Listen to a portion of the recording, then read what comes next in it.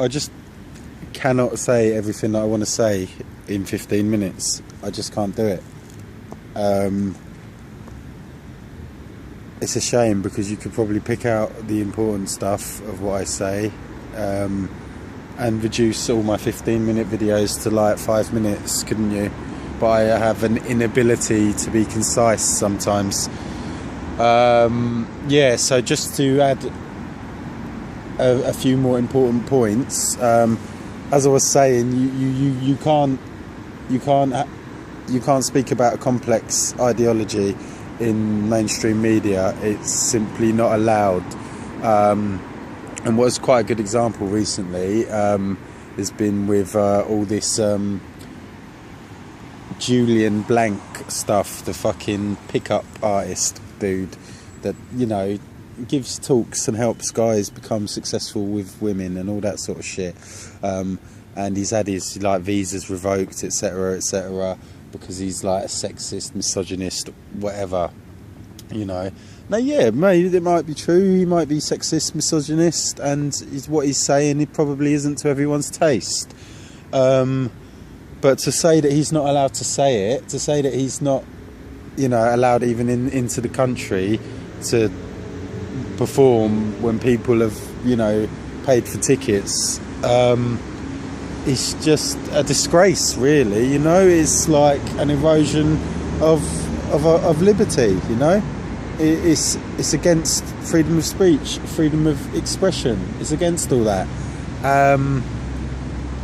You know, Noam Chomsky said it really well once. If you believe in freedom of speech, then you believe in it for opinions that you don't agree with, you know, for things that you don't believe. But is it anybody else's right to tell you you can't say it, you know? It comes down to the old, you know,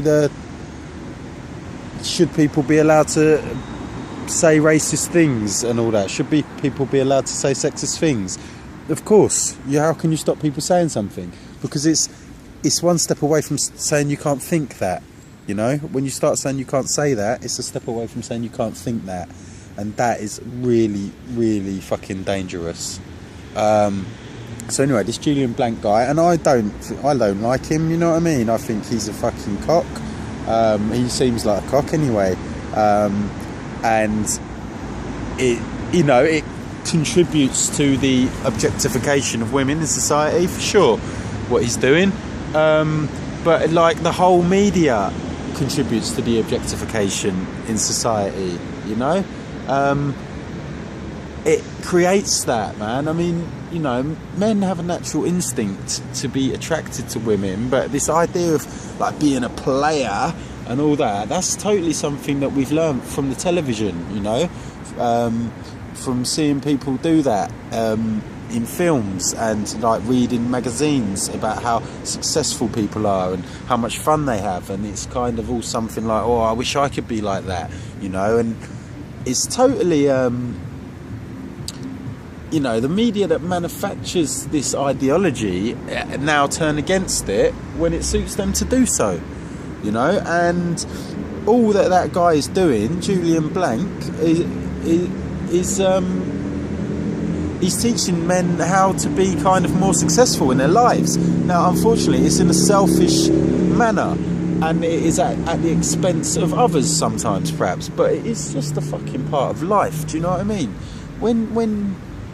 If you want to be a player, and I really hate that word, you know, it really fucking smacks of like bullshit to me, as in so many things that are like just full of bullshit like that, you know. And it hasn't developed organically, you know. It's an idea that's been implanted. It's like just the same as this whole consumer race to have more possessions and have a faster car and wear a nicer suit, and it's like being more successful with women. It's one of these things that guys are fucking under pressure to be, and we get bombarded with sex, you know, and we're already, you know, our essence is sexuality because we need that to propagate our race. And the media just twist that and corrupt that and control us with that. And when somebody turns around and tries to make a bit more money out of it, I don't think you can really criticise him. You can criticise him, but you can't say you can't do that anymore. You're not allowed to do that anymore, you know, because what he's doing about being a bit more assertive and more aggressive with women, and he might go too far sometimes. Honestly, I'm not sticking up for Julian Blanc at all. I'm just saying that what he's selling works because women respond to it, and that ain't men's fault if women actually like sometimes to be, you know, shall we say, taken, you know. It's perhaps something that goes back to our cavemen days, doesn't it, of clubbing them over the head and dragging them away. And men still get turned on by that, and women still get turned on by that, and it works. And this guy wouldn't be able to sell his course if that didn't work. And that's all he's doing. And if you like him or not, you can't say that he shouldn't be allowed to do that and revoke his visa to do that, you know, just because of a little media storm, basically. Now that is, you know, what we're getting into the realm of a complex idea that it might not be right and ethically correct to manipulate women to get sex, but that is how you do it. If you want to have sex with a lot of different women, I mean, you can get one girlfriend and be nice and be loving and be respectful and enjoy yourselves, but if you want to have sex with a lot of different women, it's going to involve some kind of manipulation and some kind of selfishness, and that's what it is, basically. And let's be honest about that, you know. I mean, I've done it in the past. You know, sadly my life is not like that anymore. But I do feel a bit sad about it. I know it's probably for the best, but I do feel a bit sad about it. But you know, that shit works because women let it work, and that's all that Julian Blanc was doing. Now, the point that I'm making with this, which I've already spoken about for 7 minutes, oh god, I'm terrible, but the point I'm trying to make is that basically when Russell Brand was asked about this, he was kind of pussied out a bit. He should have said what I just said, basically, because he's intelligent enough to know what I just said is true, and he certainly has done that in the past. We all know about Russell Brand, you know, and he certainly has lived a life. He's manipulated a lot of women. He's objectified a lot of women. We know that. And there's nothing wrong with the word. There's something wrong with it, I suppose, but it's just normal male behaviour, and you can still do that while loving and respecting women. You know, because I love and respect women, but I have treated them badly at times, and I just think maybe Russell Brand could have come out a bit more honestly and said that, instead of saying, oh no, you know, anything that shows disrespect towards women, no, don't support that, basically, he said, which again was a valid statement, you know. But this is my point. Yeah, he's right to say that. He's right to say that, but he could have qualified it in the way that I just have. And that would have been more honest. And it's things like that, when he ducks out on things like that, and when he talks about 9/11 and says, I'm not getting involved in silly conspiracy theories, it's things like that that do make me distrust him a bit more. So anyway, this is what I wanted to tell you, and this is really fucked up. Part of my kind of paranoid fantasy that I was having, actually, you know, was that he is like the Antichrist, right? Because it's like what you got to look at in mythology. As I say, I was explaining something about mythology before, right? About how we create a mythology around our own lives, and you know, obviously that mythology is partially constructed by the external influence of the media, and things that we think we should be, and things that we would like to be, and things that we wish we could be, and then we start maybe one day believing that we are like that, and things like that. And I kind of, you know, as I say, I went through this process of thinking, am I some sort of prophet? And then it got to this point of, oh no, maybe Russell Brand is the true prophet. And then it got to this point of, no, maybe he's just been placed in that position to perfectly represent what the prophet should be, but actually lead us all away. Yeah, a lot of people are making Pied Piper comparisons about him, actually, especially because he's got the tattoo, which is a bit spooky.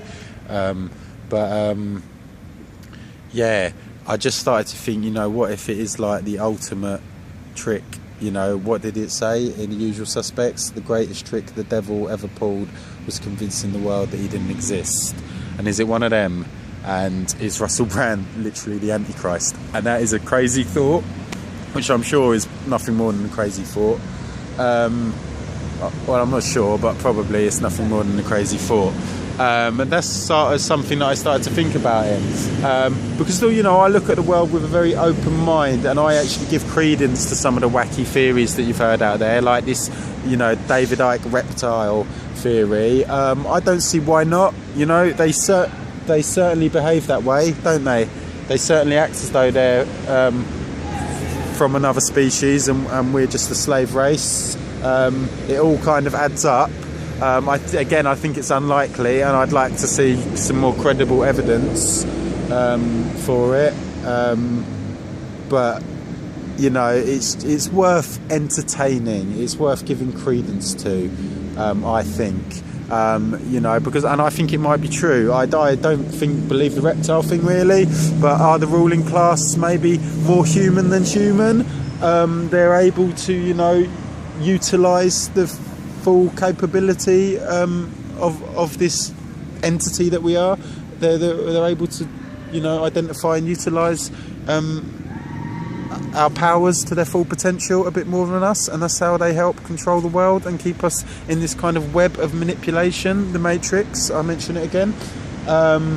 You know, something what a lot of us in society would consider to be supernatural. I mean, let me tell you this, a lot of people in a lot of parts of the world would consider what I'm doing now, talking to a piece of plastic and metal and glass, and that is actually, and in a couple of minutes I'm going to transmit the images of what I've just said across space, and you're going to be able to watch it on any computer anywhere in the world. A lot of people would think that that is magic, you know, and a lot of people would think that that is supernatural. So we really need to kind of readjust our perspective of what is possible and what is impossible. And it's only in this way that we're going to be able to continue with our evolution as a race, even, you know, as a cosmos. You know, whatever we are, whatever it all is, it's the only way we're going to be able to carry on. If we you know, really take a step back and start looking at what we are and what we're experiencing in a completely new way. And of course, we're not allowed to do that because we are trapped into kind of stasis at this point in evolution. We're just trapped. Anyway, I've said a lot about that, but I just wanted to tell you a little crazy thought that I had about Russell Brand. That's you know, and I don't think that's true probably, because just the way he talks sometimes, I can tell that he really wishes that he could do something, and that he really means it. If you watch his interview, right, Huffington Post one, Mehdi Hassan is the interviewer, and they're both sitting on chairs on the stage. It's maybe it's at Oxford or Cambridge or something, but it's like Russell Brand says some so passionate things in that interview, and if you watch that interview, you'll know he's real.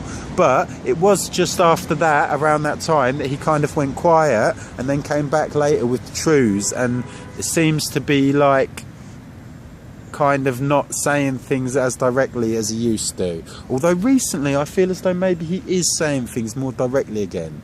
So I think there's a lot going on behind the scenes that we don't know about that. And I think maybe he is a good man that wants to help, but he's not allowed because probably they've got some, you know, dirty information on him.